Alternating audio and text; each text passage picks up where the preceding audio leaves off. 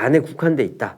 그러면 치료법이 어떻게 되죠? 간세포암을 가지고 있는 사람들이 이제 간이 나쁜 위험 인자들을 많이 갖고 있잖아요. 이제 간 기능의 문제를 우리가 항상 고려를 해야 되는데 이제 동반된 간질환하고 간암을 같이 치료해야 되고 우리가 이제 사이즈가 작아서 저기 있는 거 떼주면 되겠다고 싶지만 간 기능이 나쁘면 우리가 수술적인 절제가 불가능하고 그럼 이런 경우에는 우리가 간 기능이 나쁘고 간암이 있으니 조건만 맞으면 이식을 해주는 게 가장 그 환자분한테는 좋은 치료가 될 수 있고 이제 우리가 뭐 이식은 안 되지만 수술 가능 상황이면 수술해 주는 게 제일 좋겠습니다. 그리고 뭐 이식도 안 될 것 같고 수술도 안 될 것 같은 상황. 근데 병은 간에만 있는 경우에 그런 경우에는 이제 고주파 열 치료 같은 이제 국소 치료를 해주거나 아니면 간동맥 화학 색전술이라는 간암의 특성을 이용한 치료거든요. 이거는 이런 치료를 해주는 경우도 있고 그리고 이제 뭐 간 바깥으로 우리가 병이 벗어나면 그때는 저희의 역할이 조금 그때 생기는데 그때는 항암 치료를 하는 게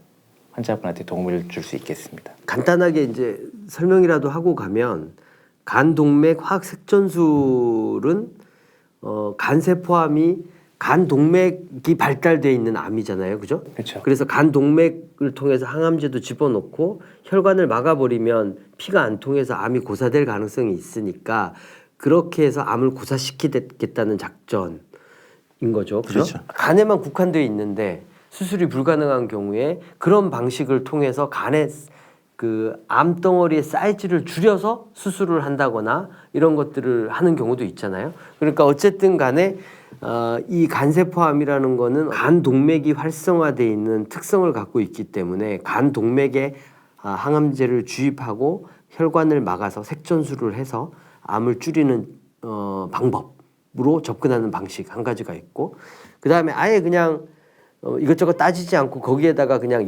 고주파 열 치료라고 아까 얘기했었으니까 바늘로 찔러갖고 거기다가 열을 가해서 그 주위를 아예 괴사시켜버리는 방법. 거기에다가 에탄올이라는 농도가 높은 물질을 넣어서 거기에다가 이 말라서 고사되게 하는 방법. 뭐 이 다양한 방식의 이제 고사법, 고기만 찔러서 하는 법이 있다라는 거죠. 그러니까 이식을 할 수 있으면 이식을 하는데 이식이라는 게 사실은 이 공여자도 있어야 되고 비용 문제도 있고 그래서 쉽지 않은 문제가 있죠. 그다음에 환자분 몸 컨디션도 좋아야 되고 나이도 맞아야 되고 뭐 이렇게 여러 가지 조건들이 맞아야 가능하다 보니까 간 이식을 못하는 경우가 꽤 많을 테고 그러면 수술을 할 만한 상황이냐 그랬을 때 수술을 떼냈을 때 원래 간경화가 있던 분이 남은 간이 가지고 생활하는데 지장이 없겠느냐 이 문제가 걸리는 거죠.